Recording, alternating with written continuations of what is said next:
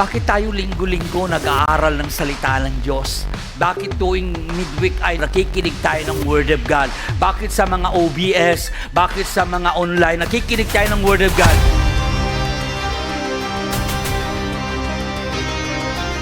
Ang kautusan ng salita ng Diyos ay liwanag sa landas na ating tatahakin.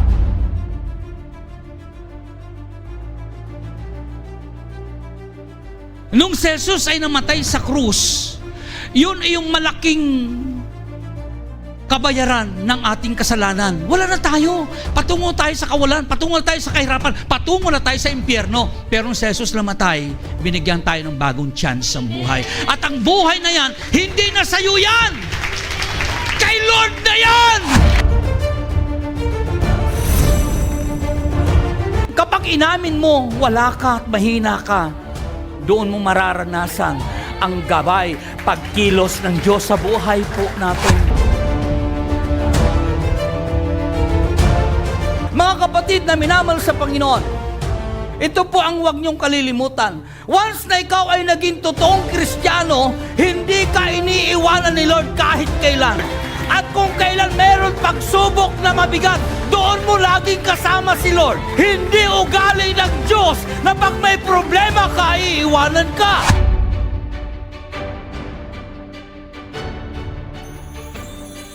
Mga kapatid, naway itong mensaheng ito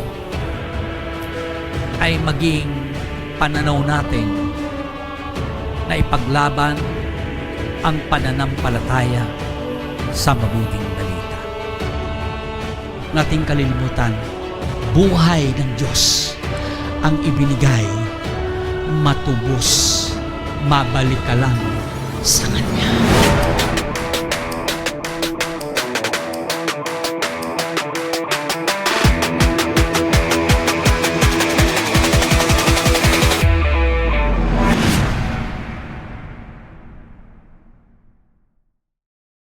Ito, tayo magpupuri sa ating pong Panginoong Diyos. Hallelujah! Handa na ba magpuri ang mga kaluluwang naririto? Amen! Amen! Kaya ngayon, tayo ay sama-samang magpupuri sa nag-iisang Diyos na buhay. Hallelujah! Sige po, church! Sabay-sabay tayong bumalakpak sa ating Panginoon. Sabi kay sarap magpuri sa Kanya. Sabay-sabay! Okay, sarap magpuri, sumamba sa ating Diyos. Okay, sarap umawit, sumayaw sa ating Diyos. Sabay-sabay na itataas ang ating mga tinig. Sabay-sabay na sisigaw ng hallelujah. Tayo na sama-sama na mag-alay ng pagsamba. Tayo na sama-sama na umawit ng papuri sa nag-iisang Diyos. Nag-iisang Diyos. Sino ba yun? Jesucristo. Amen! Hallelujah, Panginoon. O kay sarap manatili sa iyong dakilang presensya. Amen! Sarap manatili, sumamba sa ating Diyos. O kay sarap sa pili, at magdiwang sa ating Diyos. Sabay-sabay na itataas ang ating mga tinig. Sabay-sabay na sisigaw ng hallelujah. Tayo na sama-sama na mag-alay ng pagsamba. Tayo na sama-sama na umawi ng papuri sa nag-iisang Diyos. Nag-iisang Diyos. Okay, sarap manatili. Iisang Diyos, Jesucristo.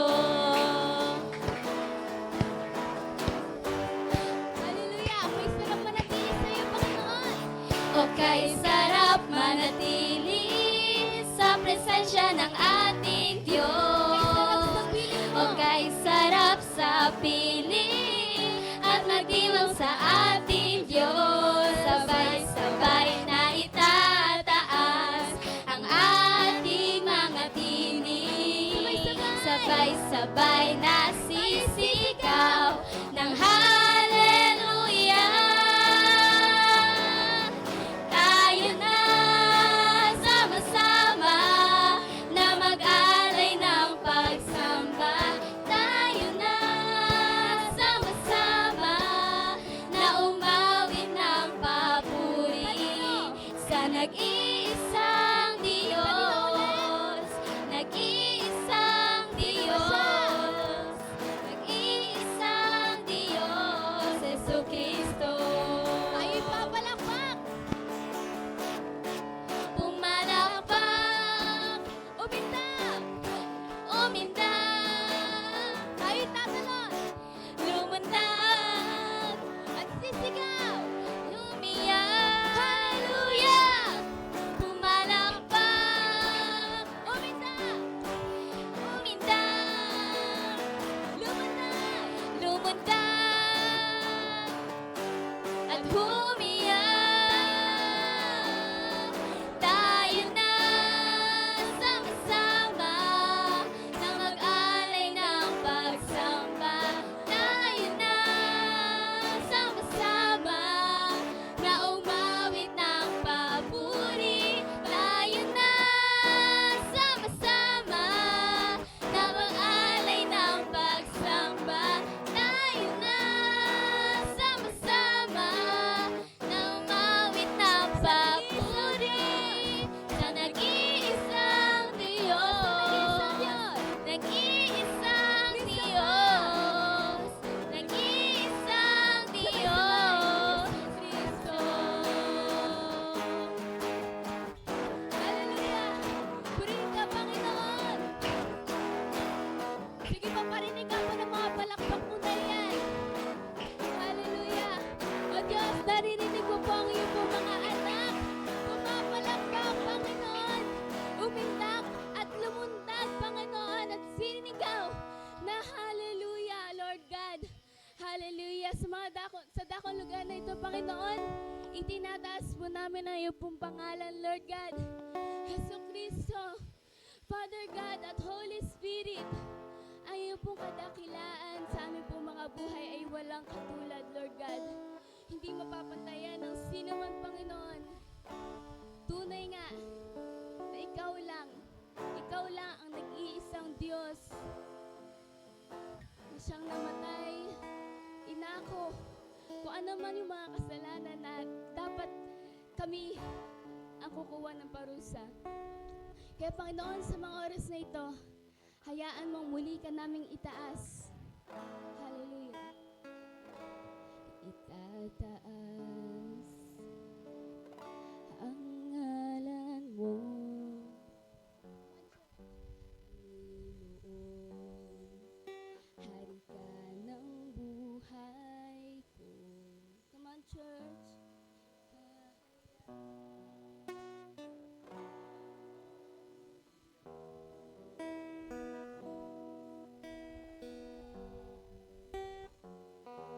Minsan pa, itataas ang ngalan mo. Itataas ang ngalan mo.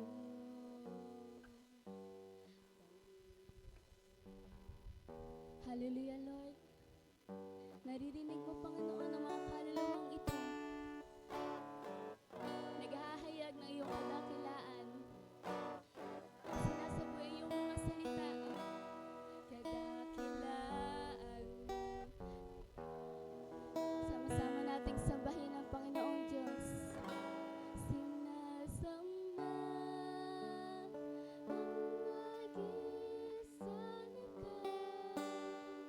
Pagmamahal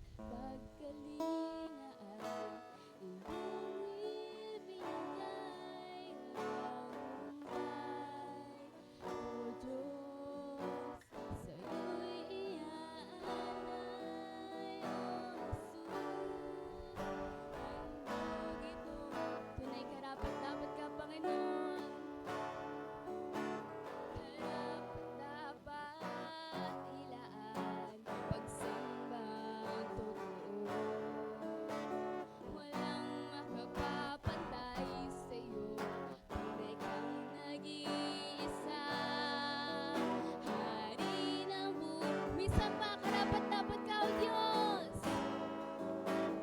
Karapat-dapat ilaan, pagsamba totoo. Come on, church, haranahin natin ang Panginoong Diyos sa buhay.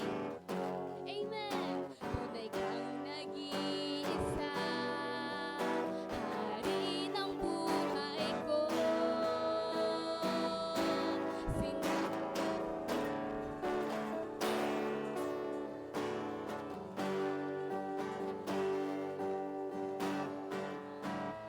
Panginoon, naririnig mo ang mga kaluluwang ito, Lord God.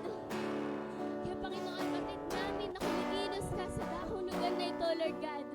Maraming salamat, Panginoon. Dahil simula pa lamang dito, ay kami na po iyong sinasamahan. Minsan pa, sinasamba. Come on, church. Sinasamba ang nag-iisang ikaw. Pagmamahal, paggaling. Tunay ito siya'y mararamdaman namin, Panginoon. Walang humpay, O Diyos, sa'yo'y iaalay, O Jesus. Handog ito. Come on, church! Sinasamba, sinasamba ang nag-iisang ikaw. Pagmamahal, pagkalingaan, iyong ibinigay. Walang humpay, O Diyos, sa'yo'y iaalay, O Jesus. Come on, church, tunay na karapat-dapat ang ating Panginoon. Karapat-dapat ka, O Diyos. Karapat-dapat ilaan, pagsambang totoo. Panginoon, naririnig ko yung pagsamba namin, Panginoon. Lord God, batid mo na itong pagsamba na ito ay nakita mo sa aming mga puso. Kaya Panginoon, sinasamba ka namin sa nakulugan na ito. Pakinggan mo ang aming harana, Lord. Walang makapapantay. Tunay kang nag-iisa. Ikaw ang nag-iisang hari sa buhay namin. Hallelujah.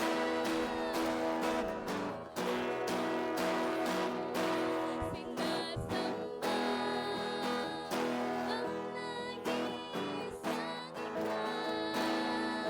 Pagmamahal, paggaling.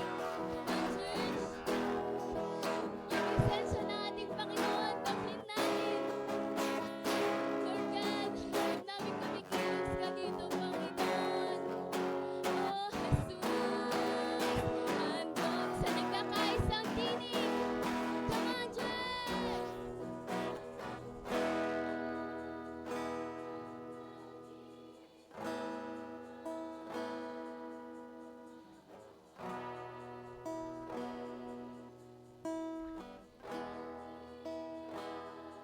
Walang humpay, O Diyos, sa'yo'y iaalay, O Jesus.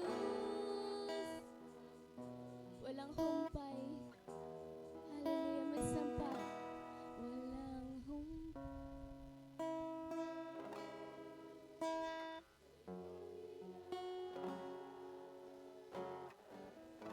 O Jesus, handog namin itong buhay. O Jesus,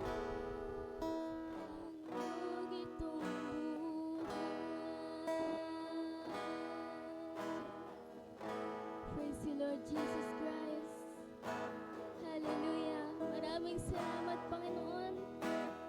Tunay nga, O Diyos, na Ikaw lang ang nag-iisang Diyos na muling nabuhay para sa aming mga kasalanan. Ikaw ang nag-iisang Diyos na nagpapala sa amin na iyong mga anak. Ikaw lamang, Panginoon, ang nag-iisang Diyos na tinawag kaming iyong mga anak kahit na kami isang marumi. Maraming salamat, Panginoon, dahil pinaliguan mo kami, Panginoon, at nilinis mula sa iyong pagkamatay, sa paglilibing, at sa iyong dakilang pagkabuhay. Hallelujah.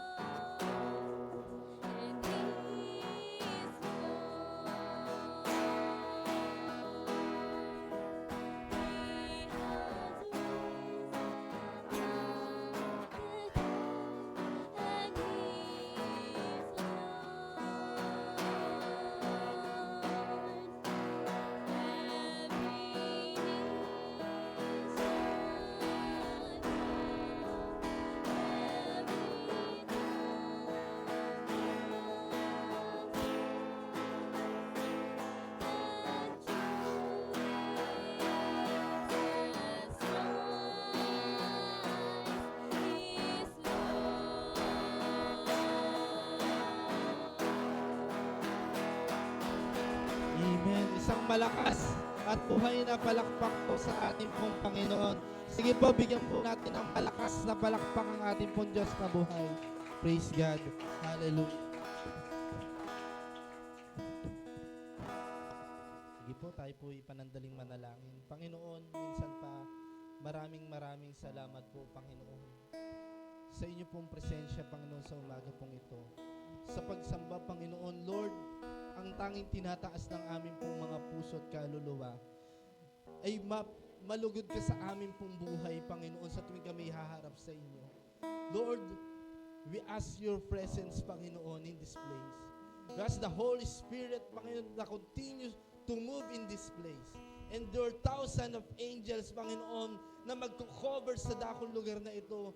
Lord, we pray, Panginoon, and we ask your Holy Spirit to move and manifest in this place, Panginoon.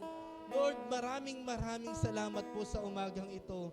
Dahil tunay nga po, Panginoon, na ikaw po, O Diyos, ang pinunta namin sa dakong lugar na ito para magbigay ng papuri at pagsamba sa inyo, Panginoon. At kami po, ang yung pong nilikha, ay magbigay ng kaluguran, Panginoon, sa inyo. Lord, teach us, Panginoon, na kung papaano namin gagamitin ang aming pong buhay na may malalim na dahilan, may halaga, dahil ikaw, Panginoon, ang sentro nito.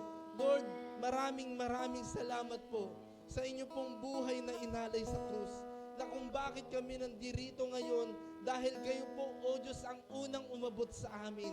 At Lord, maraming salamat po, dahil isa kami, Panginoon, sa mga taong kinatagpo nyo at inabot ng inyong pong palad at binigyan ng pangako, Panginoon, na makakasama ka, Panginoon, sa habang panahon, sa buhay na walang hanggan dyan sa langit. Lord, dalangin po namin na ang Word of God namin sa umaga pong ito ay magsilbing masustansyang pagkain ng aming pong kaluluwa, na ito po, O Diyos, ay magamit po namin sa araw-araw. Lord, we pray, Panginoon, na i-cover niyo po ang man of God na nakatayo sa unahan na ito. Ikaw po, O Diyos, ang siyang makita, ang siyang manguna, Panginoon, sa amin pong pag-aaral ng inyo pong salita. Lord, we humble ourselves na wala kaming kakayanan sa ganong sarili namin. Maliban na lamang po, Panginoon, na kami po ay iyong kahabagan at bigyan po, Panginoon, ng pagsama niyo sa aming pong buhay. Lord, dito po ang aming samot panalangin sa pangalan ni Jesus. Amen and amen. Praise God. Salamat sa Panginoon. Palakpakan natin muli ang ating pong Diyos na buhay at tayo po'y malaya na pong magsiupo. Praise God. Salamat. Ayan. Yun. O, di ba? Salamat po sa isang pong another opportunity na makatayo po muli sa inyo pong harapan. Ako po si Pastor James ng Assigned Pastor of JCTRL Muñoz. Maraming salamat po sa rotation na naganap at nabalik po ako dito. Salamat po. At ngayon po ay hindi na ho ako magpapaligoy-ligoy pa. Nais ko pong basahin sa inyo ang salita po ng Panginoon. Let's open po our Bible in the book of John. John chapter 10, verse 7 to 10. John chapter 10, verse 7 to 10. Sino po dito yung kahit papano nagdadala pa rin siya ng mga traditional Bible? Yan. Amen, Lord. Nasa digital era na po kami. Salamat, Panginoon. Babasahin ko po sa aking pong Biblia. John chapter 10, verse 7 to 10. Kaya't muling sinabi ni Jesus, pakatandaan ninyo, ako ang pintuang dinaraanan ng mga tupa. Ang mga nauna sa akin ay ang mga magnanakaw at mga tulisan, ngunit hindi sila pinakinggan.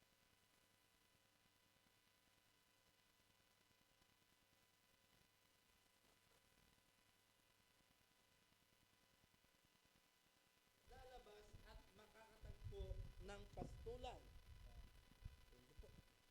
Dumarating ang magnanakaw para lamang magnakaw, pumatay, at manira. Naparito ako upang ang mga tupa ay magkaroon ng buhay na masagana at lubos. Yan, salamat. Palakpakan naman natin ang word of God. Hallelujah. Praise God. Alam nyo ho, napakabilis ng panahon at halos magkakalahati na naman ng year at magde-December na naman. Alam ko po, marami po sa ating dito ay mga busy sa kanilang buhay, busy sa paghahanap buhay, busy sa eskwela. Marami tayong mga bagay na pinagkakaabalahan. At minsan, kahit busy na tayo, ang dami pa rin nating alalahanin sa buhay na parang yung buhay ko ay hindi pa rin sapat kahit ginawa ko ng lahat. Ganun, no? Umuhugot ba? Yung binuhos ko naman yung 100% ko, Panginoon, sa akin pong pag-i-improve ng aking sarili, sa pagde-develop po ng aking mga career. Lord, bakit parang nahihirapan pa rin ako? Minsan sa sobrang busy natin, nakakalimutan na natin na we have a family pala na kailangan din nating i-celebrate. Kaya ang tanong dito, naaalala niyo pa ba yung last time na nakapag-date man lang ang inyo pong partner o kapamilya niyo po, yung part ng family na nagse-celebrate together? Parang ang hirap ng alalahanin kasi lagi tayong nandun sa pacing na laging may hinahabol. No? Lagi tayong nandun sa pacing na hindi ako pwedeng huminto kasi may iiwanan ako. No? Kaya ang hirap ng gano'n pong kalagayan at sitwasyon na ang feeling natin minsan we are worthless. Dahil sa kakahanap-hanap natin na makakapag-satisfied ng ating sarili. Minsan kapag nagpe-Facebook tayo, nadadaan sa social media natin yung mga friends natin, yung mga batchmate natin, na nakikita nila, bakit siya successful na? Tapos ako, hindi pa rin. No? Minsan may mga regrets tayo na ganun ng buhay natin. Pero nais ko pong bigay na mensahe po sa ating ngayon at samahan tayo ng Panginoon na encourage tayo. Ang title po ng aking pong message sa umaga pong ito ay Binigyang Halaga. Tagalog po, no? Binigyang halaga. Given value. Ito pong konteksto ng ating pong binasa sa John chapter 10, verse 7 up to following. Actually, yung verse 1 hanggang sa mga susunod ay patungkol po yan sa Good Shepherd. Patungkol po yan kay Jesus Christ na pinoportrait niya yung sarili niya na siya ang Good Shepherd. Isa sa mga I am niya na I am the Good Shepherd. So kaya binigyang halaga ang nakita ko pong title nito dahil ang konteksto po nito, after na si Jesus Christ ay magpagaling ng blind man, alam niyo po maraming Pharisees, mga religious leaders sa kanya pong pumaligid at inuusig siya. Sino ka ba? Ka nandito. Anong layunin? Pero pagdating po ng verse 10, chapter 10, hanggang sa mga sumusunod na mga talata, pinapakilala ni Jesus Christ kung sino ba talaga yung tunay na may concern. Kung sino ba talaga yung tunay na nagpapahalaga sa isang tao. Minsan, sa ating pong buhay, nagiging empty tayo, nahihirapan tayo lumakad kapag hindi natin alam yung halaga ng ating pong buhay. At hindi natin alam kung sino yung nagpapahalaga sa ating buhay. No? Kaya sabi po dito sa verse 7, sabi po, so he explained it to them, I tell you the truth, I am the gate for the sheep. All who come before me were thieves and robbers, but the true sheep did not listen to them. No? Yung mga tao na nakikinig sa mga Pharisees, ang haba na ng panahon na sila ang nangunguna sa bayang Israel para ituro ang tamang landas patungkol sa Ama. Pero tinuring silang magnanakaw ni Jesus. Gusto ko pong i-highlight din po sa inyo yung verse 10 ng ating pong tekstong binasa. Verse 10, sabi dito, the thief does not come expect to steal and kill and destroy. I have come that they may have life and that they may have it more abundantly. Bakit kaya binigyan pang highlight yung tatlo na to steal, kill, and destroy? Hindi naman, pwede naman kasing gawin natin isa na lang. Sisirain ang buhay mo yan. Parang to make it simple. Pero sa Greek word, yung thief, sabi, o kleptes, it applies to cheating. Yung mga mandaraya, fraud, or someone who steal, ayun po yung meaning ng steal o kleptos. Sabi dito, steal, meaning to take away, cheat, or seize secretly. No? Alam niyo ho, yung maraming pong magnanakaw, no? Hindi naman siya nagpapaalam. Uy, mamayang gabi, alas 8, kukunin ko yung iPhone 16 Pro Max mo fully paid. Pinaalam ko na sa'yo kasi baka iwan mo pa yung charger. Kaya nagpapaalam. No, walang ganun eh. No, meron bang ganun? Uy, alam mo mamaya bubuduling kita. No? Dadayain kita. Antayin mo lang, huwag kang magmadali. Huwag mo bigay muna ngayon kasi darating tayo diyan. Kukunin ko rin 'yan. Alam niyo ho, so si Jesus Christ no sa verse 7, inexplain niya siya yung gateway nung mga nakulungan ng tupa na walang makakapunta sa tupahan o sa lagayan ng mga tupa sa kanilang facility nang hindi dumadaan sa kanya. At ang mga tupa po, ayan, nagbibinata, no? Yung mga tupa po kasi, wala ho silang kakayanan to protect themselves. Hindi nila kaya pagtanggol yung kanilang sarili.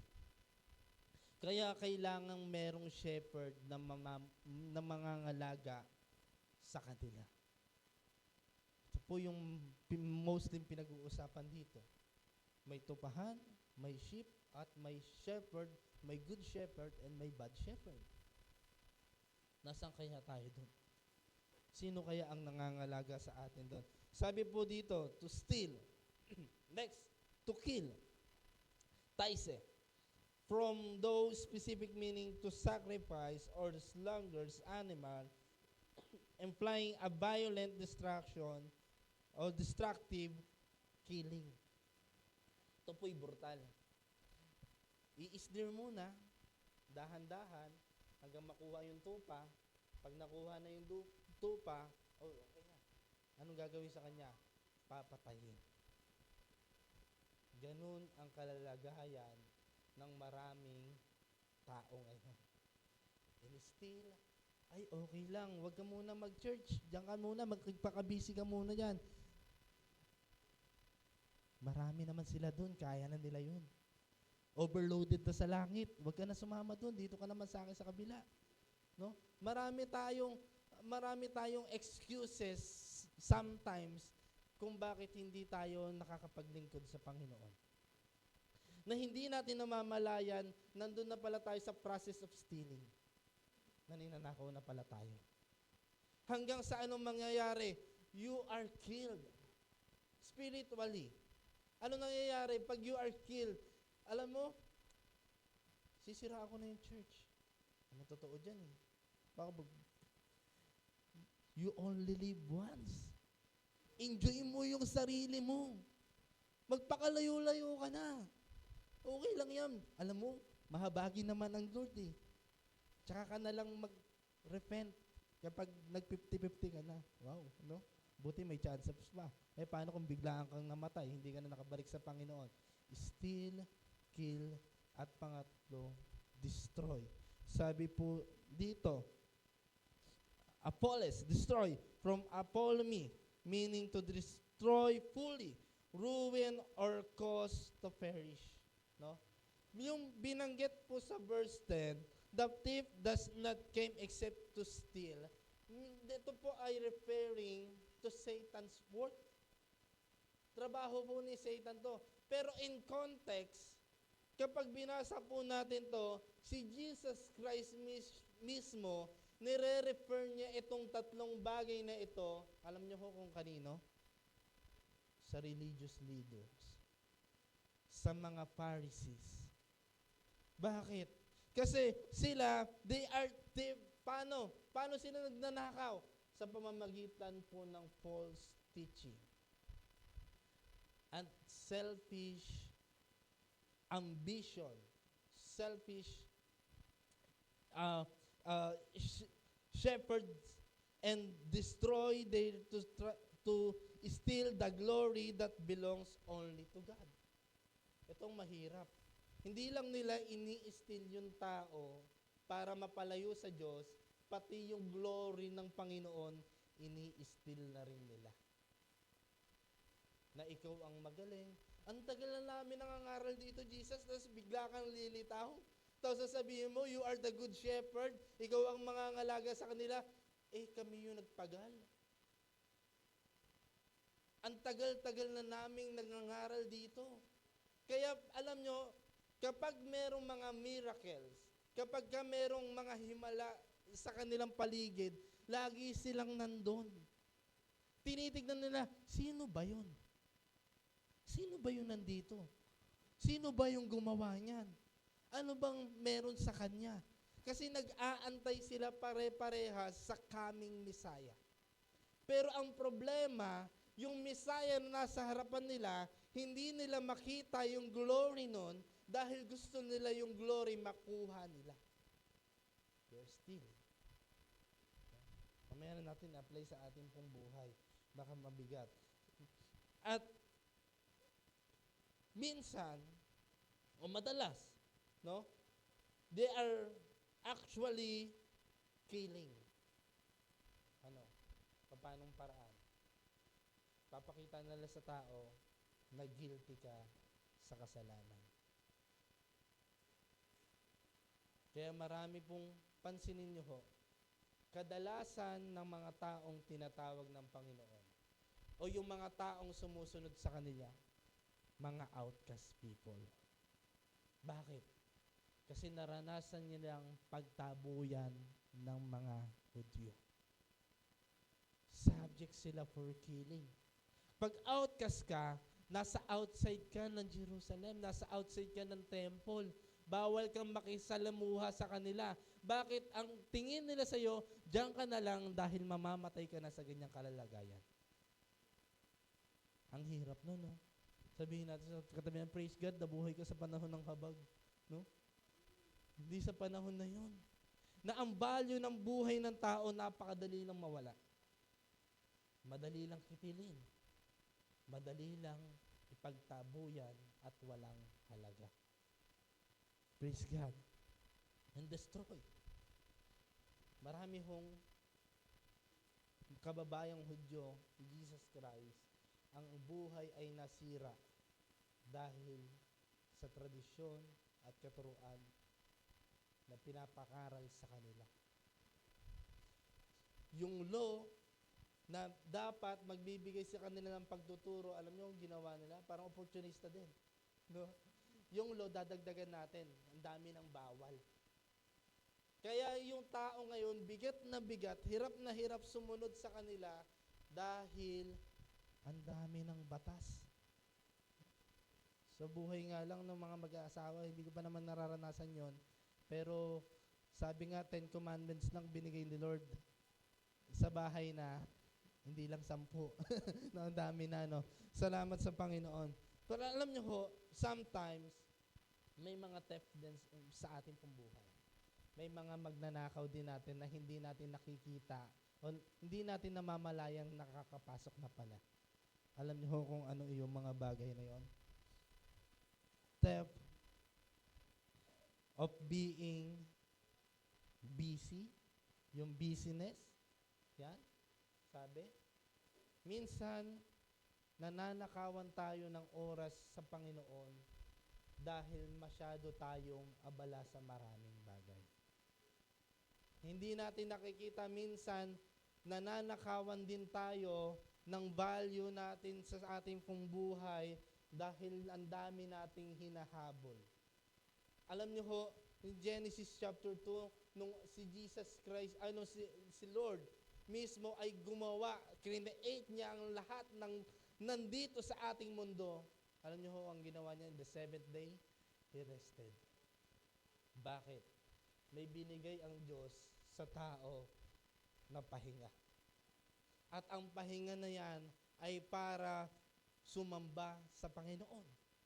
At makapagpahinga sa Kanyang presensya. Pero minsan, pati yung pahinga, ninanakaw natin. Bakit? Dami natin pinagkakaabalahan. Next, madami, unforgiving heart. Lord, hindi ako makakapunta ng church kasi nandun yung kaaway ko eh. Hahanap na lang ako ng ibang church. Kasi doon hindi nila ako kilala at hindi nila alam yung issue ko. Hindi na ako magkakapag-church. Kasi parang galit sila sa akin lahat. Minsan sa puso natin mismo nabubuo yung pagnanakaw. Na nawawala na tayo ng gana maglingkod sa Panginoon dahil sa ating pong puso. Next, loneliness. No? Feeling alone. Na parang lahat na lang ginawa ko naman. Sinasabihan pa rin nila akong mali. Tapos may nag-chat sa yung kaibigan mo, nagkakamali ka dyan. Mali na naman ako. Lagi na lang ako mali. Minsan, nagiging lonely tayo at nagpipiling alone tayo dahil sa dami rin ng problema kinakaharap. Alam niyo ho, naging aware po ako sa akin po bilang buhay pagpapastor, nag-a-attack minsan sa akin yung alert, yung sabihin natin gumigising sa akin kapag meron akong nababalitaang kabataang nagpapakamatay. Ewan ko, ba't nalapit ang news sa akin ng mga ganon? Meron akong tupad dati sa Valenzuela, nagpaalam sa akin, Pastor, funeral service ba kayo sa pamangkin ko? Bakit? Anong cause? Suicide. Ilang taon? 17 years old. Anong dahilan? Broken hearted. Alam nyo ho, kasi ako po honestly nagdi-delivery, rider po ako, at minsan, nandun po ako sa Pulang Buhangin, hindi naman po sa church, sa Pulang Buhangin, doon lang kasi yung area, napatambay ako sa kanto dahil nag-aantay ako ng booking para makapag-deliver. Merong mga grupo ng mga estudyanteng kabataan, alam nyo kung ano yung pinag-uusapan? Kaklase nilang nagpakamatay. Siguro, estimate ko, as a grade 8 to grade 9. At alam nyo ho, recently lang, no? Isa sa mga anak ng kilalang actors, hindi naman para awayan pero to send awareness sa mga kabataan na pahalagahan ng buhay. Yung anak po ni Kuya Kim Atienza, si Emma. No? Kaya ngayon si Kuya Kim, pinupursigan niya na i-advocate yung buhay, pahalagahan ng mga kabataan. Bakit? Madaming loneliness, madaming feeling lonely na kabataan at ina-isolate nila yung kanilang sarili at nag-decide silang mag-suicide. Ang hirap. At alam niyo ho, meron pa akong passenger. Nagluluksa siya. Bakit? Kasi yung kanyang pamangkin din nagpakamatay. Ang hirap. Hindi ko lang naman siya nasasagap through churches ng mga data na yun. Bagkus kinikwento mismo ng mga taong nakakaranas no. Hindi lang pagnanakaw mismo ng kanila pong kinabukasan, ninakaw pati yung buhay at kiniti. Ibigay yan ng Diyos. Sana sa mga kabataan natin ngayon, alam ko pong laganap na ang social media, alam ko pong may access na kayo sa Facebook, ang dami nyo na pong na-input sa isipan natin, sa utak natin, kahit hindi naman dapat, at hindi pa panahon para mag-social media dahil hindi pa natin control yung ating emosyon. Please lang po, huwag nating hayaang nakawin natin ang sarili natin buhay. One of my best friend, TRL Pandi, nung musician po kami, drummer namin mismo, suicide. Hirap. Sakit sa puso yun. Makita yung mga ganong bagay. Kaya naman, sinisend tong mga mensaheng ito na pahalagahan natin ang buhay dahil ang buhay ay dapat magbigay kaluguran sa Panginoon. Next na mga magnanakaw sa ating pong buhay, yung self-centeredness. Taas ng tingin natin sa sarili natin, ayaw natin mag-fail. Gusto natin lahat ng ating ginagawa, the best, kasi ito yung aking buhay, bibigay ko ng the best. Kasi yung glory hindi sa Panginoon, sa ating sarili pa rin. Ginagawa ko ito para sa akin, hindi para sa Diyos. Nagiging self-centered tayo. Ano bang mapapala ko dyan sa church na yan? Ano bang mapapala ko dyan pag nagpatuloy ako dyan? May scholarship ba dyan? Meron po kayo, ma-applyan. Meron po kaming teacher dito. Re-refer na lang namin. May mga ganun bagay. No? Self-centeredness at anxiousness sa ating pong mental health, pangalagaan po natin. Na minsan, no, nadadaya ang ating pong buhay at ang ganda-ganda ho kasi ng plano ng Panginoon sa atin na hindi po natin napapahalagan. Genesis chapter 1, verse 26 to 28, bago po ako magbigay mag-go sa mga puntos po. Genesis chapter 1, verse 26, sabi, pagkatapos sinabi ng Diyos, gayon, likhain natin ang tao. Ayon sa ating larawan, ayon sa ating wangis, sila ang mamamahala sa mga isda, sa mga ibon, sa himpapawid, at sa lahat ng hayop, maging maamo o mailap, malaki o maliit. Nilalang nga ng Diyos ang tao ayon sa kanyang larawan. Sila'y kanyang nilalang na isang lalaki at isang babae. At sila'y pinagpala niya. Sinabi niya, magpakarami kayo at punuin ninyo ng inyong mga anak ang buong daigdig. At kayo ay mamamahala nito. Bibigyan ko kayo ng kapangyarihan sa mga isda sa tubig, sa mga ibon sa himpapawid, at sa lahat ng mga hayop na nasa ibabaw ng lupa. Ang ganda ng plano ng Diyos sa iyo. Binigyan ka ng power and authority para manguna sa creation ng Diyos. Ano po? At binigyan ka po ng kakayanan ng Diyos na ikaw ay maiba sa kanilang lahat. Binigyan ka ng buhay ng Panginoon at yung buhay mismo na yon ay kawangis at kalarawan ng Diyos. Bakit natin sasayangin ang ating pong buhay? No? Isa pa po, Psalms 100 verse 3. Sabi po, o si Yahweh ay ating Diyos. Ito'y dapat na malaman. Tayo'y Kanya. Kanyang lahat. Tayong lahat na nilalang, lahat tayo'y bayan niya, kabilang sa kanyang kawan. May pag-aari at may nagmamay-ari sa iyo.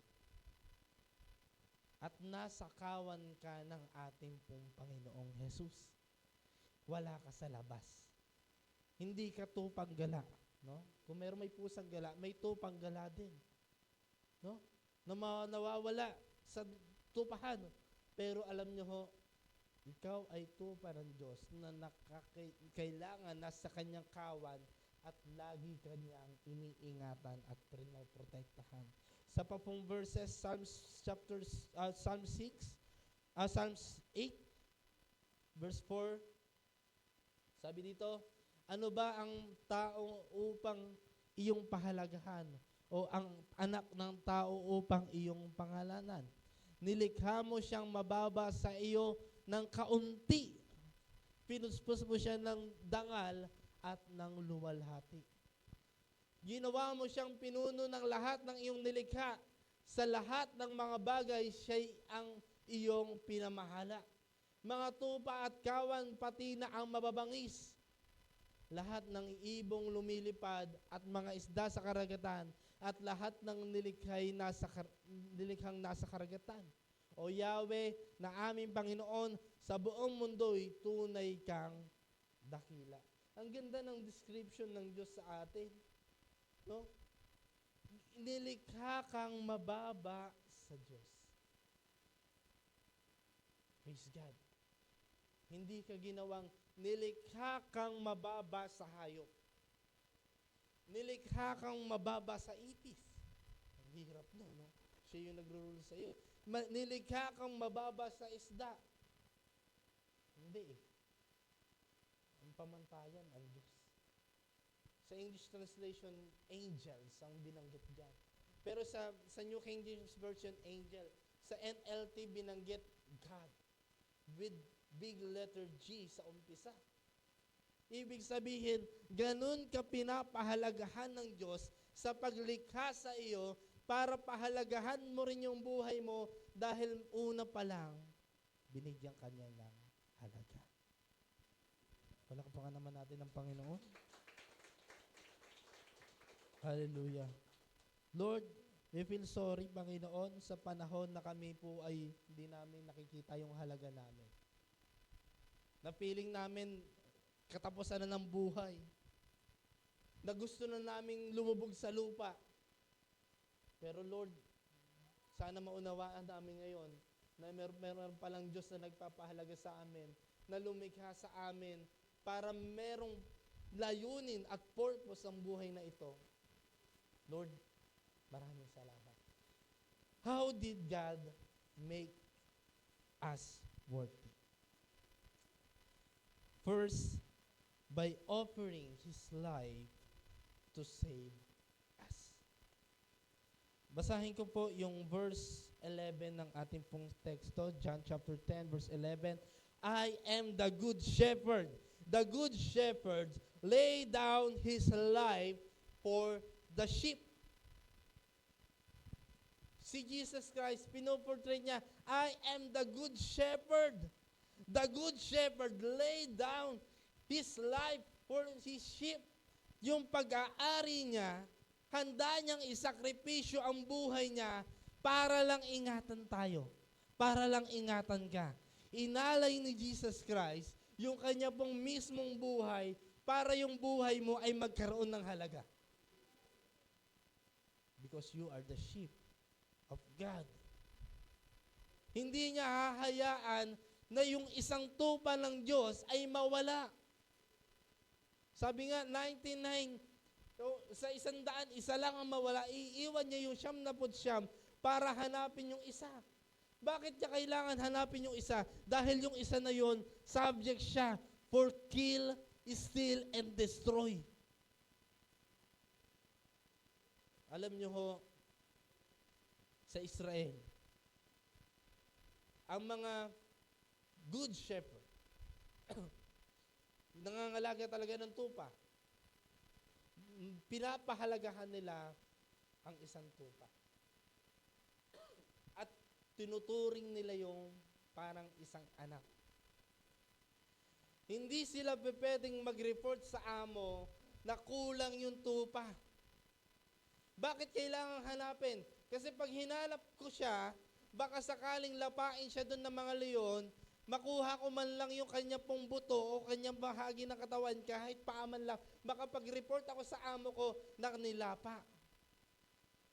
Hanggat maaari, kailangan ko siyang bantayan at alagaan.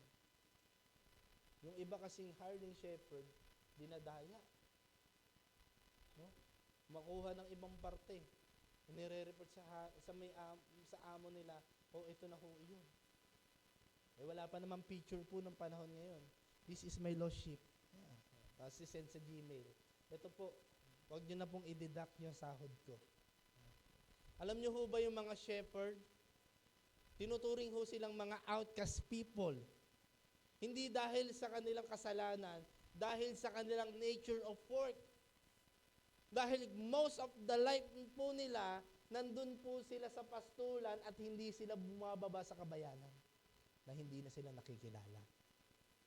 Ganun ka-dedicated, ganun pinapahalagahan ng shepherd ang buhay ng bawat tupang inaalagaan niya. Sabi ni Jesus Christ, I am the good shepherd.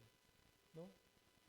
Handa kong ialay ang aking buhay para sa Kanya, para sa aking mga tupa. Sabi pa po dito, sa verse 17 to 18, the reason my fathers love me is that I lay down my life, only to take it up again.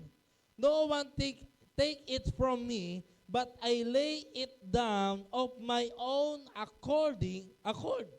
I have authority to lay it down and authority to take it up again.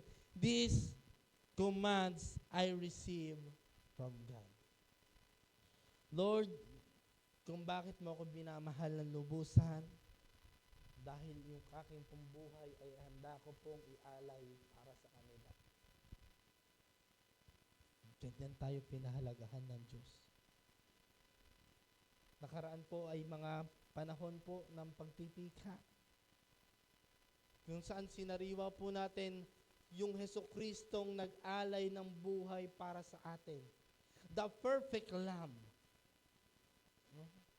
Na kayang alisin ang kasalanan ng buong sanlibutan. Yung Day of Atonement na yun, once in a lifetime, na merong isang banal na tupa na ihahandog, at si Jesus yun. Inalay niya yung buhay niya para sa iyo at sa akin. Amen? Kaya kung bakit tayo nandito ngayon, pinapahalagahan natin ang ating buhay, hindi dahil ikaw ang nag-label sa sarili mo, kundi binigyan ka ng halaga ng Panginoon. Nakita na kaya ni Lord? No? Tayo hindi natin nakita si Jesus Christ nung nabayubay sa krus ng Kalbaryo. Pero nakita niya tayo na ito pala yung mga taong ililigtas ko. No? Hindi natin siya nakitang nagsakripisyo, pero nakita ng Diyos sino yung mga taong aalayan ko ng sakripisyo ito. Amen. Palakpakan naman natin si Lord. Yeah. 1 Peter chapter 1 verse 19 to 20. Sabi dito, but when the precious blood of Christ, a lamb without blameless or defect, he was chosen before the creation of the world. But here he was revealed in this last time for your sake. Through him you believe in God, whom raised him from the dead and glorified him, and so your faith and hope are in God. No? Siya yung mismong tupa na inalay yung kanyang buhay para sa iyo at sa akin, na walang dungis at batik, dahil siya lamang ang tupang karapat-dapat. Mabangong hamyo sa Diyos.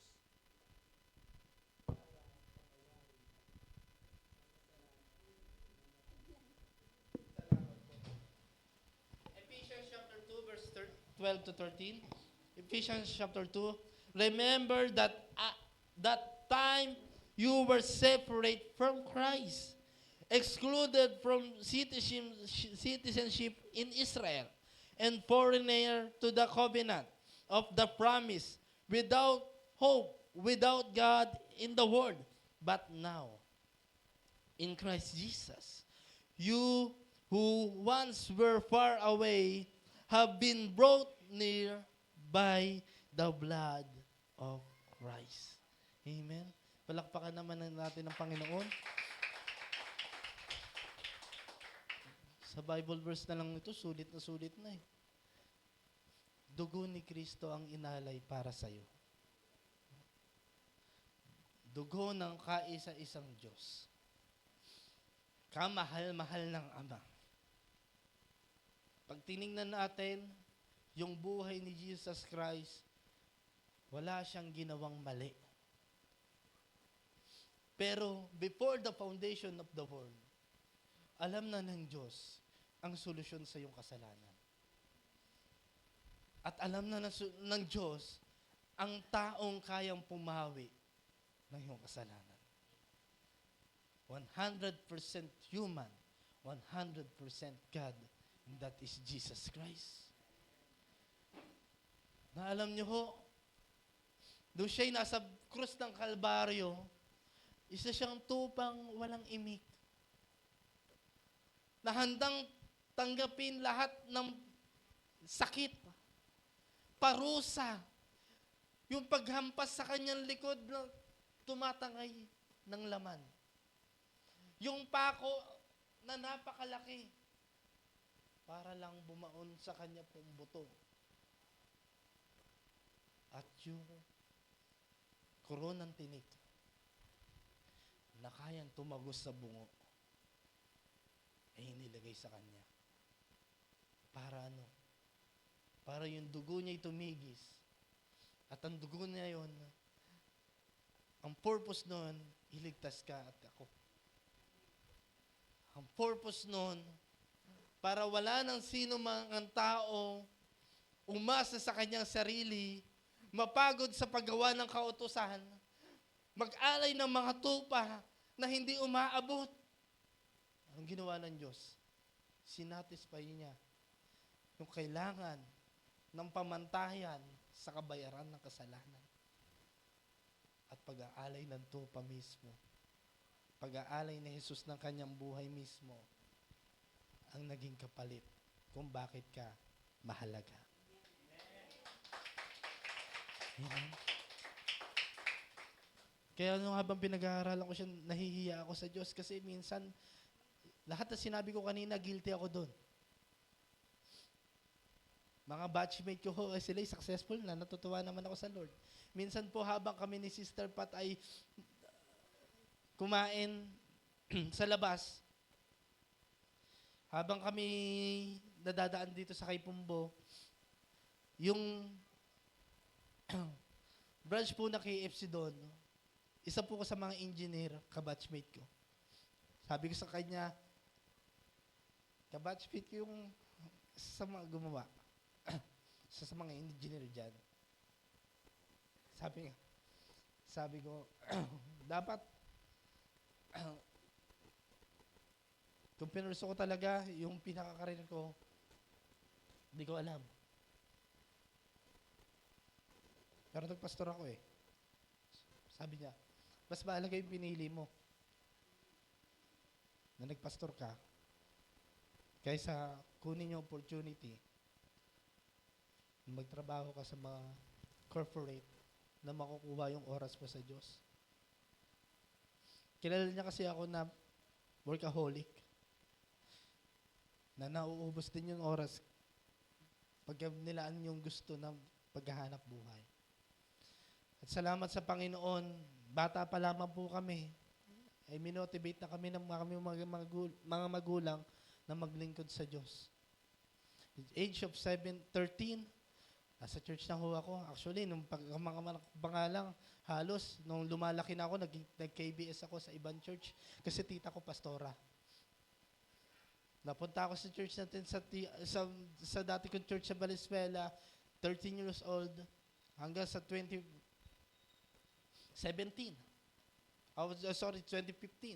Kasi nalipat na kami sa Bulacan. Naramdaman ko yung pagod ng walang church. Hanggang sa naghanap ako ng church at napunta ako sa JCPRL Church.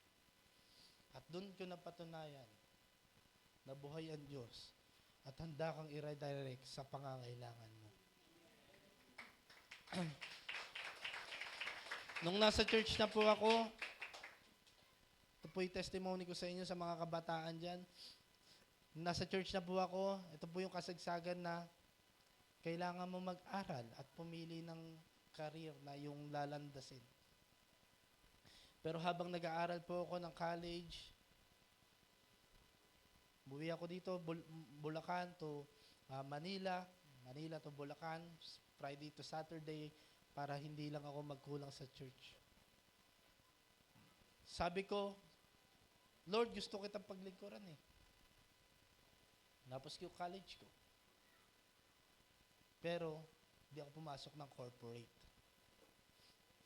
Kasi gusto kong ilaan ng oras ko sa church.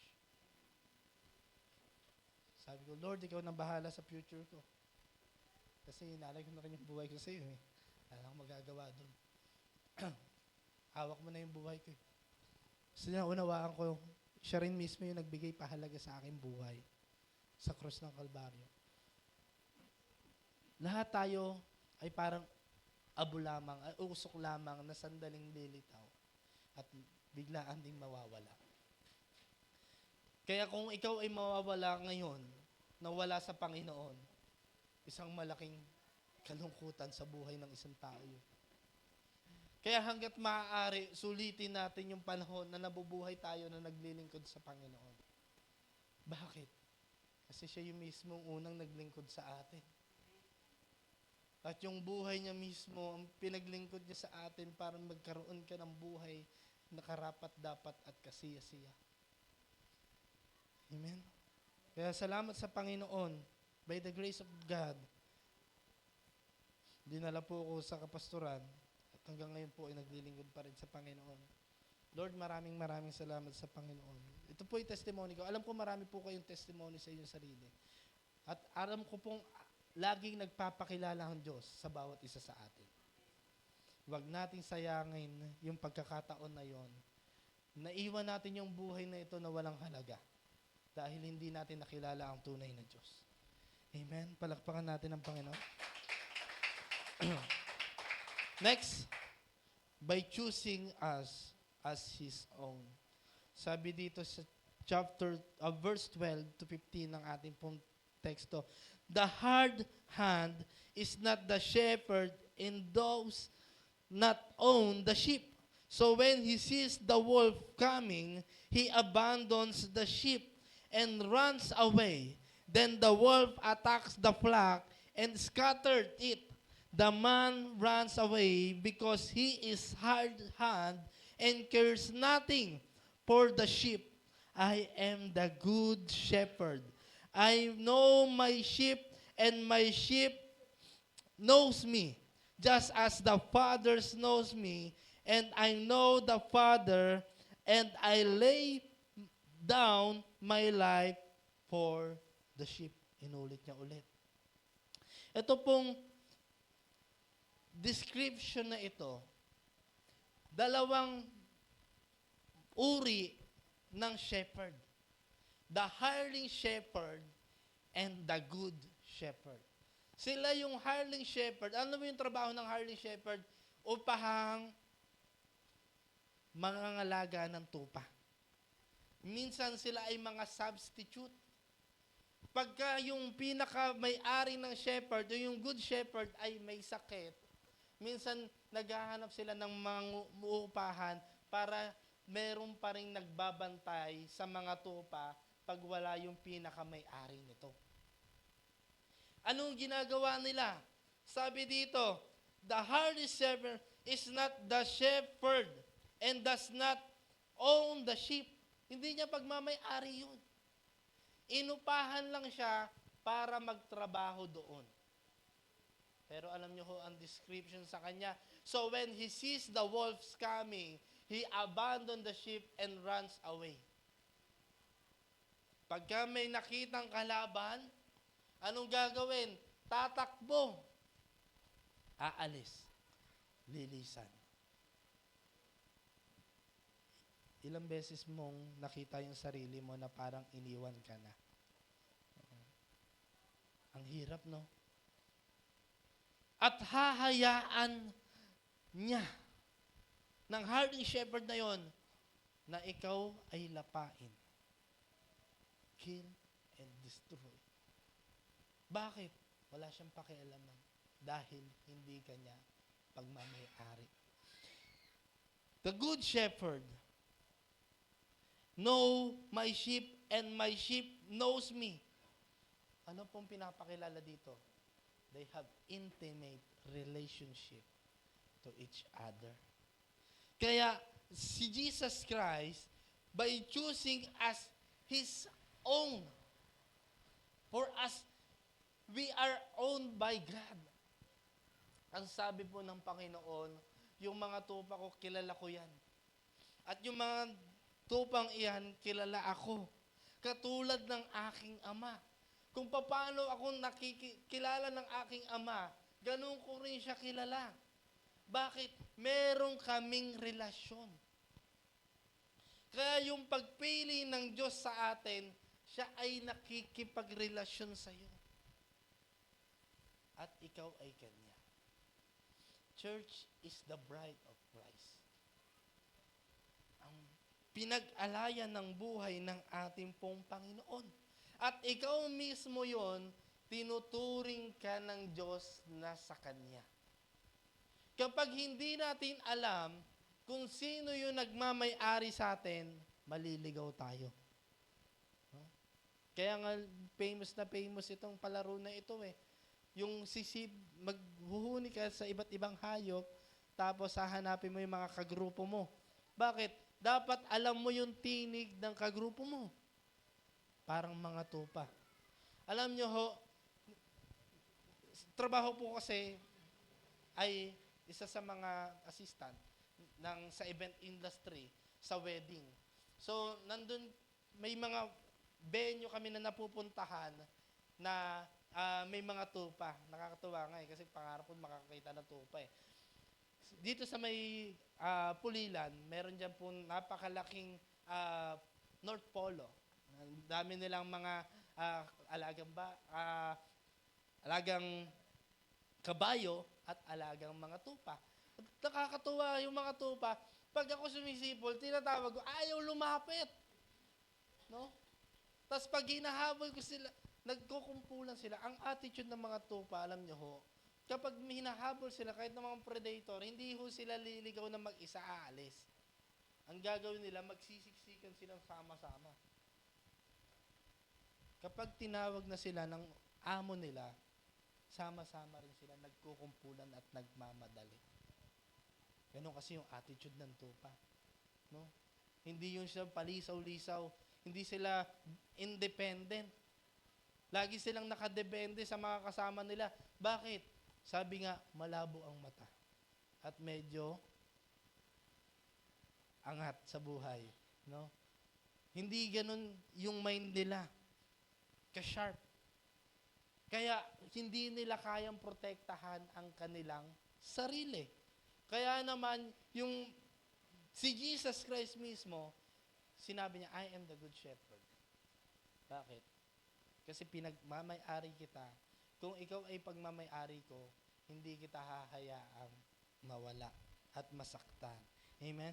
Ephesians chapter 1, verse 4 to 5, wala na ho akong oras. For He chose us in Him before the creation of the world, to be holy and blameless in His sight.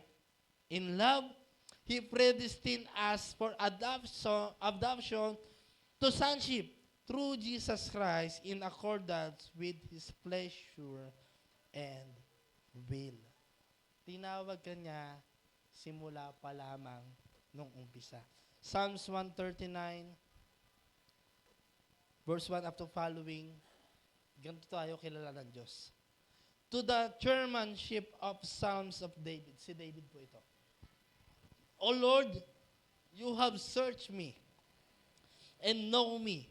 You know when I sit down, when I rise up. Tayo nabilang na ba natin kung ilang beses na tayo tumayot upo rito ngayon? Hindi. Pero alam ng Diyos. You discern my thoughts from afar. You search out my path and my laying down and are acquainted with all my ways. Even before a word is on my tongue, behold, O Lord, you know it altogether. You hem me in behind and before, and lay your hands upon me. Pinapakilala po ng Psalms, pinapakita po ng Psalms 139 kung gaano ka pinapahalagahan, tinitignan, binabantayan ng Diyos na parang tupa. Alam niya kung ilang beses ka nang umupo at tumayo, humiga at tumayo. Alam niya, nasa isip mo pa lang yung sasabihin mong words, binibigkas, alam niya ng lahat. Ganun ka kinikilala ng Panginoon. Kaya pag tinawag ka niya, meron siyang kapit at resemblance sa'yo dahil meron kayong relasyon sa isa't isa. Di ba? Mahirap pahalagahan yung relasyon pag hindi sa'yo. No? Pilingero ka nun. Yung papahalagahan mo lang yung mga taong nagpapahalaga sa'yo at meron kang ugnayan sa kanila. No? Kahit na sa 100 tao sa palengke, kapag nakita mo yung kumare mo, kahit malayo pa, ay kumare ko yun. Titingin sa'yo at makikilala ka niya. Pero kahit 100 yung tao doon, pag hindi mo kilala, wala kang lakas magtumawag na kumare. Dahil walang relasyon. Alam niyo ho, ang ating pong Panginoon, hindi lang ganun yung ginawa eh. Inari ka ng niyang kanya, tinawag ka ng kanyang kanya, ginawa ka pang anak para sa kanya. Praise God. Kaya yung relasyon na yan, ayan ang kailangan ng tao sa buong daigdig. Ang relasyon sa Panginoon. Amen. Palakpakan naman natin si Lord. Pangatlo at panghuli, by ensuring our future life in His hand. John chapter 10 verse 15 to 18, sabi dito, just as the Father knows me, and I know the Father, and I lay down my life for the sheep, I have other sheep that are not on the sheep pen. I must bring them also. They too will listen to my voice, and there shall be one flock and one shepherd. The reason my Father loves me is that I lay down my life only to take it up again. No one take it up from me, but I lay it down of according of my own accord. I have authority to lay it down and authority to take it back again. This command I receive from God, from the Father. Na tayo ho ay inalaya na ng Panginoon para sa hinaharap. You have future in the Lord's hands. Kaya kung feeling natin sa buhay natin nahihirapan tayo, na wala na talagang pupuntahan, hinawakan na ng Diyos ang future mo. No? Sagot na ni Lord ang future mo. Actually, sagot ni Lord ngayon hanggang sa mga hinaharap. No? Hindi kanya papabayaan.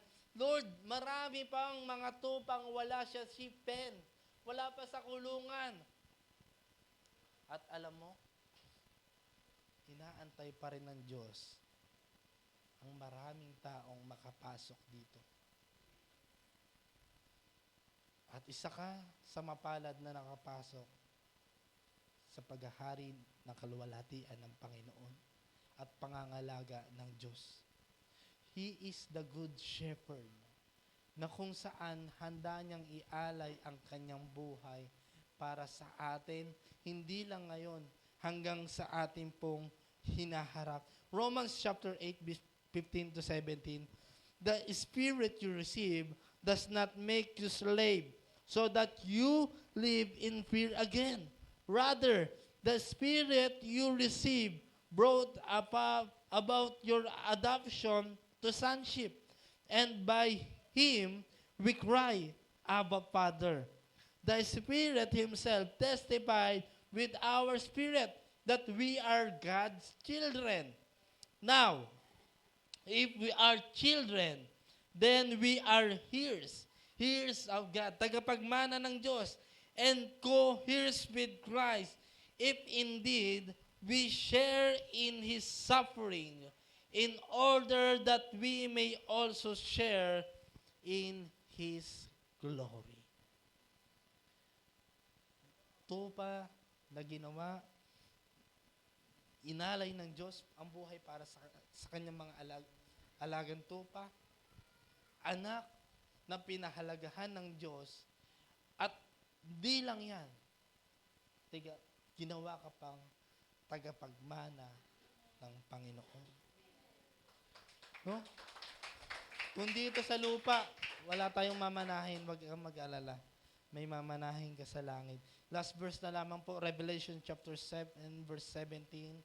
For the Lamb in the midst of throne will be their shepherd, and He will guide them to spring of living water, and God will wipe away every tears from their eyes. As a sheep. For the Lamb in the midst of the throne, haharap sa Panginoon. Lord, andito yung mga tupa mo. At sabi dito, their shepherd, pertaining to Jesus Christ, the shepherd, and He will guide them to the spring of the living water. Wala ka ng uhaw. Wala ka ng problema. Wala ka ng intindihin. And God will wipe away every tears from their eyes. Alam niyo ho, yung mga tupang umiiyak habang sila ho'y nahihirapan. Nakakaawang tignan. Pero darating yung panahon na papawiin ng Diyos ang lahat ng iyong luha at sakripisyo sa hinaharap at bibigyan ng buhay na masagana. Lord, maraming salamat. Hindi namin kayang buhayin, isustain ng aming sarili. Pero Lord, ang sabi mo dito, bibigyan mo kami at gagamayin nyo kami to the spring of the living water. The spring of life. Darating ang panahon na hindi ka na mauuhaw kailanman dahil kapiling mo na ang Diyos sa langit. Let us stand up in the presence of God. Hallelujah. And before we pray, let us sing for the glory of God. So let's worship our Lord.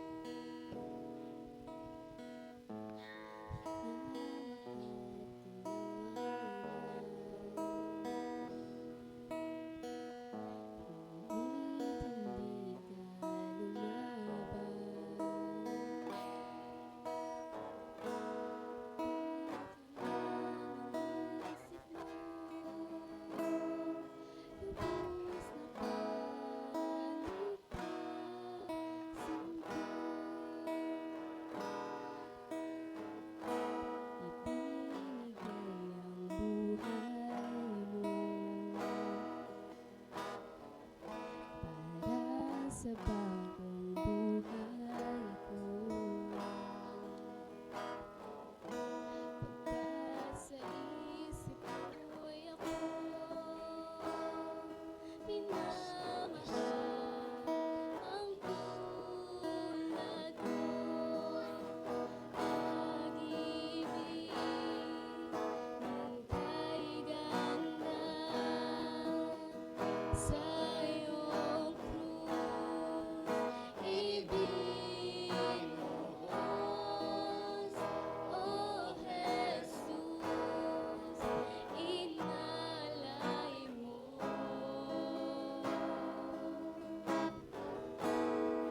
pag-ibig mong kay ganda, kamatayan mo'y dahilan ng tunay kong kalayaan.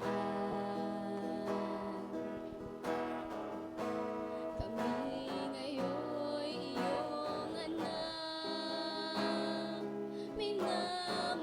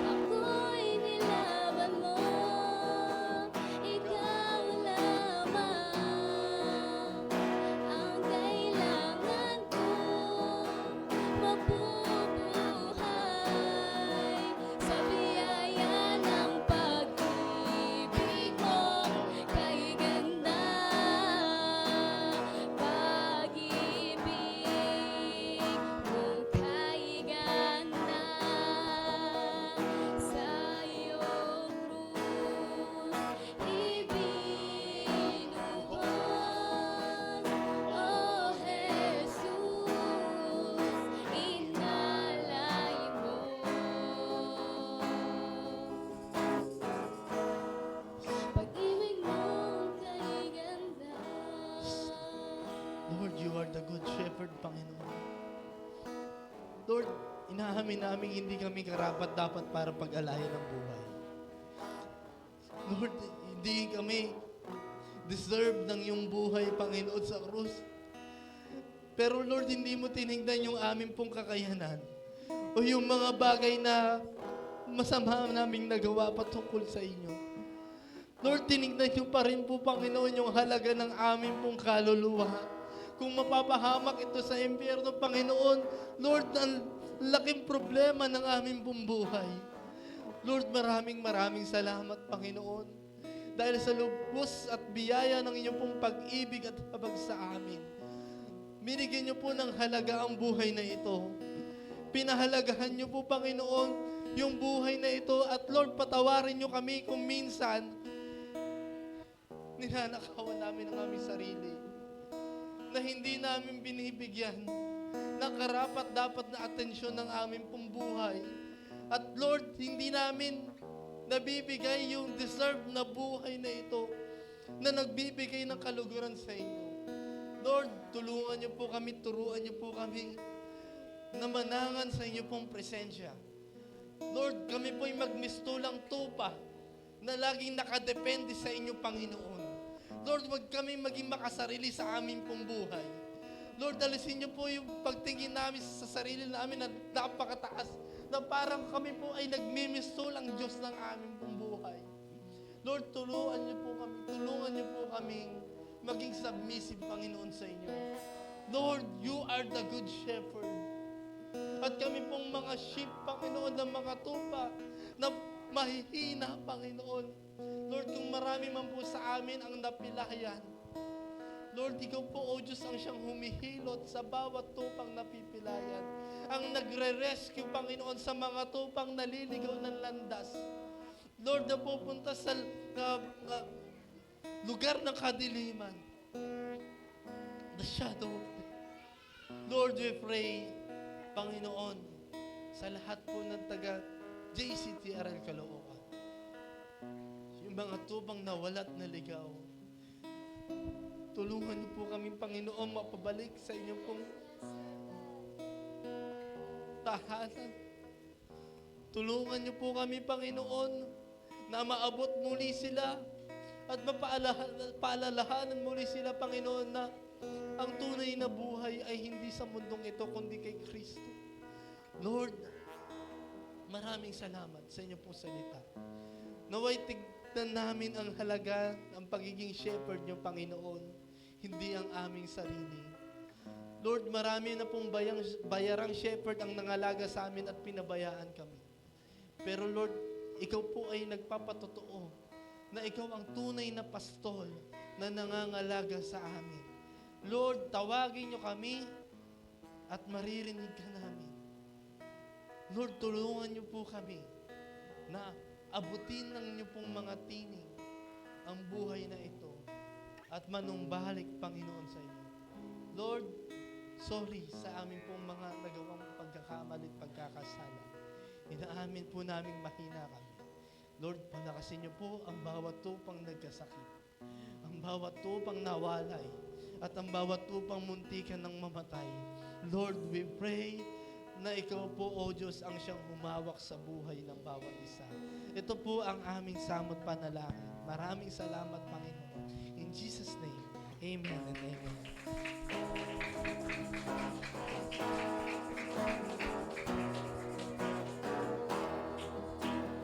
Pag-ibig ang kaiganda sa iyong krus ibinuhos, O Jesus, inalay mo.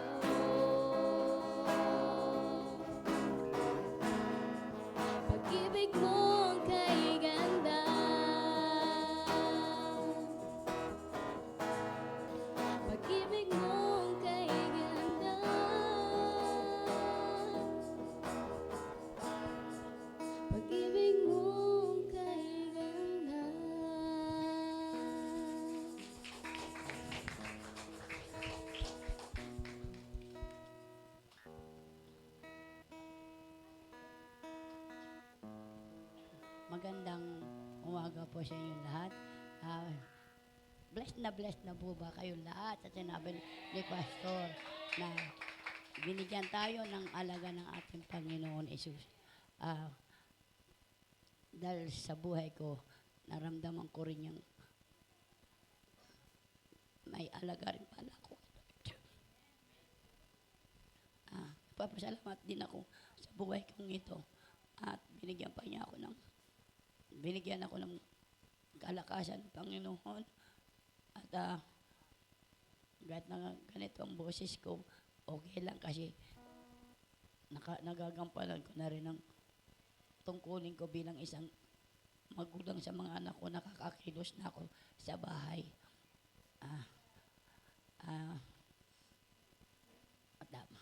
Dami ko papasalamat. Marami akong papasalamat. Pero alam ni Lord kung ano-ano yun. Sana taas na natin ang ating kalooban. Lord Jesus, maraming salamat sa dakila mong pag-ibig.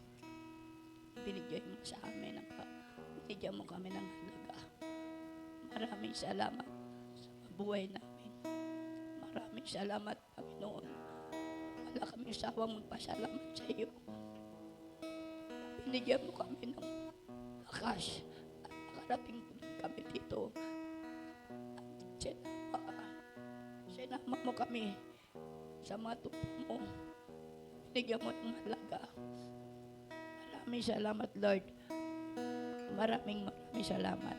Lord, itong handog po namin, Panginoon, hindi mo po itong kalakihan, Panginoon. Pero ito, Panginoon, tapos puso namin inahalay sa iyo, Panginoon.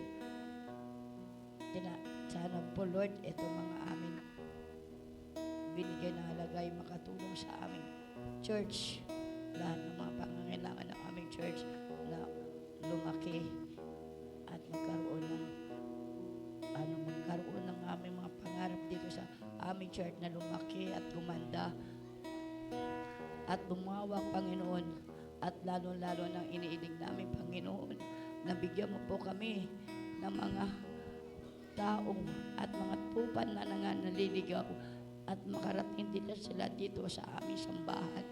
Panginoon, Lord, lalong-lalo na ang aming mga kapatid na lumalamig sa iyo at bigyan mo po sila ng puso na makabalik sila dito sa iyo, Panginoon.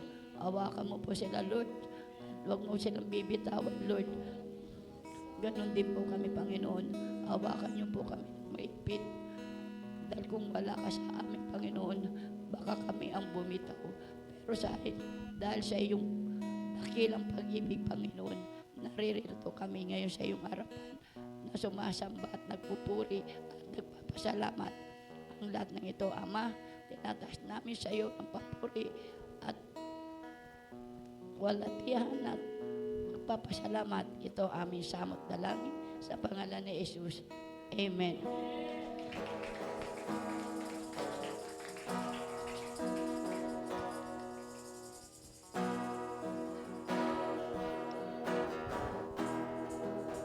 Ikaw lamang ang kailangan ko, nabubuhay sa biyaya ng pag-ibig mong kay ganda.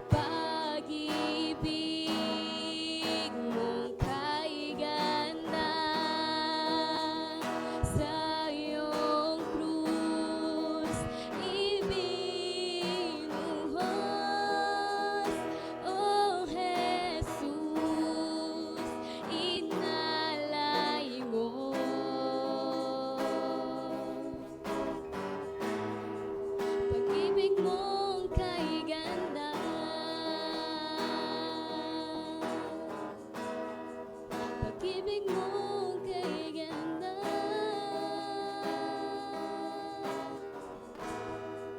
Pag-ibig mo kay ganda.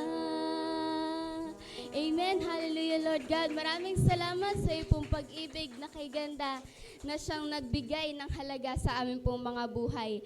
Ayan, reminder lamang po sa ating pong lahat na ano man po yung kailangan po natin para po sa darating na General Conference, tama po, sa May 1 ay asikasuhin na po natin. And yung mga tickets po natin, don't forget to, ayan, kay Ate Shama na po pala.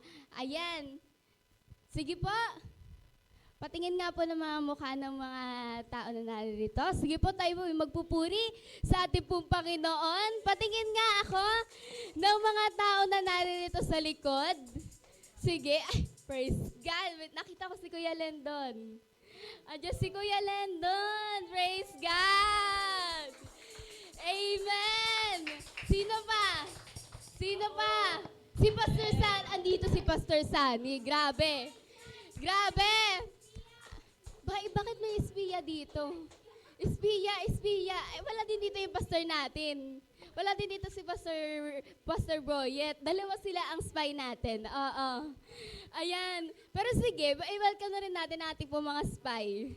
Ayan, sige po, praise God po sa ating po, sa buhay po na ating pong Pastor James Lawan. Maraming salamat po sa inyo pong buhay at sa Word of God po na ating pong Panginoon. Ayan, ano ba yun? Parinig nga ako ng isang malakas na palakpakan para sa ating Panginoong Diyos na buhay. Ayan. Sige nga, sabihin nyo nga sa inyong katabi, pinaging dapat ka na ni Lord. Amen. Sa harapan nyo naman, sa harapan, pinaging dapat ka na ni Lord. Sa likuran, pinaging dapat ka na ni Lord.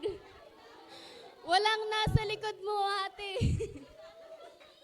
Walang nasa likod mo. Ayan. Sige nga po, minsan ba, pumalakpak ang handang magpuri sa ating Panginoong Diyos. Oh Lord, okay, sarap manatili at magpuri sa iyong dakilang pangalan. Amen. Sige po, ipalakpak natin ating mga kamay. 5, 6, 7, 8. Okay, sarap magpuri, sumamba sa ating Diyos. Okay, sarap umawi. Okay, sarap umawi, sumayaw sa ating Diyos. Sabay-sabay na itataas ang ating mga tinig. Sabay-sabay na sisigaw ng hallelujah. Tayo na sama-sama na mag-alay ng pagsamba. Tayo na sama-sama na umawit ng papuri sa nag-iisang Diyos. Nag-iisang Diyos, Jesucristo. Hallelujah, Panginoon. Okay, sarap manatili. Okay, sarap manatili sa presensya ng ating Diyos. Okay, sarap sa piling mo. Okay, sarap sa piling at magdiwang sa ating Diyos. Sabay-sabay na itataas ang ating mga tinig. Sabay-sabay na sisigaw ng hallelujah. Tayo na sama-sama na mag-alay ng pagsamba. Tayo na sama-sama na umawi ng papuri sa nag-iisang Diyos. Nag-iisang Diyos. Nag-iisang Diyos, Jesucristo. Amen. God bless us all po. Sige nga po. Harap po tayo sa ating po mga katabi at ngitian po natin sila. Ayan.